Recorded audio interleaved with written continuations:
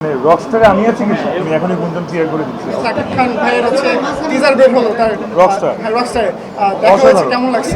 অসাধারণ বিকজ আমি নিজেও মিউজিক করতাম এক সময় অ্যান্ড এরকমই কিছু আশা করেছিলাম একটা ট্রেলার থেকে, যেটা আসলে রকস্টারকে রিপ্রেজেন্ট করবে।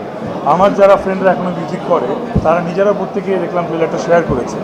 সো আছে না যে চরিত্রটা ধারণ করাতে সেটা সবাই বিশ্বাস করেছে। ইটস ভেরি ইম্পর্টেন্ট অ্যান্ড ওনাকে নিয়ে আসলে বলার নতুন করে কিছু না। এই মানে রকস্টারে আমি আছি কি না না অবশ্যই আমি নেই, আমি এখনই গুঞ্জন ক্লিয়ার করে দিচ্ছি, অবশ্যই আমি নেই।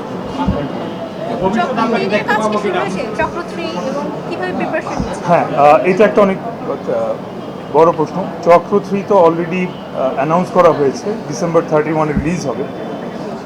মাত্র তো মে মাস, আসলে স্ক্রিপ্টিংয়ের কাজ চলছে। কোরবানিদের পরে আমরা আসলে শুটিং ফ্লোরে যাব ইনশাল্লাহ। Thank you. তৌসিফ মাহবুবের প্রায় 12 বছরের অধিক সময় ক্যারিয়ার, এখান থেকে সে কি শিখলেন অ্যাকচুয়ালি?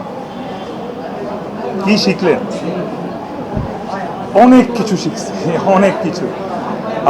শুধু একটা জিনিস শিখছি যে চেষ্টা কোনো ত্রুটি রাখা যাবে না, চেষ্টা সবসময় চালায় যেতে হবে। এবং এখানে কেউ জিতে গেছে বলে কোনোদিন হয় না। এখানে কেউ আজকে জিতবে, কেউ কালকে জিতবে, কেউ পরশু জিতবে, এটাই ভাবেই, এটা নিয়ম এটাই। এখানে কেউ একা রাজত্ব করবে সেটা আসলে না। সবার জন্য জায়গা, সবার সমান স্পেস থাকা উচিত, ক্রিয়েটিভ ফ্রিডম থাকা উচিত। প্রতিটা কাজ ভালো হোক খারাপ হোক সেটাতে কথা বলা উচিত। অ্যান্ড হেরে গিয়েও যাতে বারবার ফিরে আসা যায়, এটা আসলে আমার